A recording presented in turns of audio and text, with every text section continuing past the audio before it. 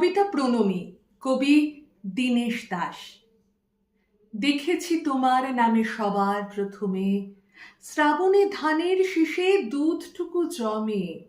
তোমারই তো নামে বৈশাখে আখের খেতে যত মধু নামে।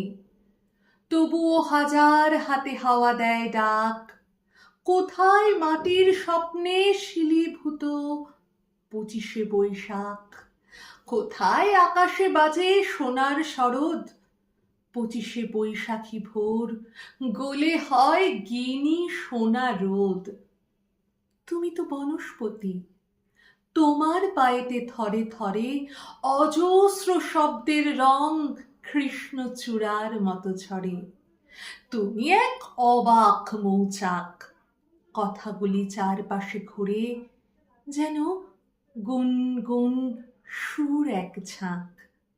তোমার ছন্দের নদী জমা হতো যদি, পৃথিবীতে হতো মহাসমুদ্র বলয়।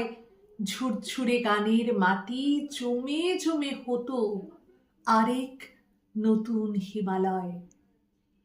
আকাশে বরুণে দূর স্ফটিক ফেনায় ছড়ানো তোমার প্রিয় নাম। তোমার পায়ের পাতা সবখানে পাতা, কোনখানে রাখবো প্রণাম?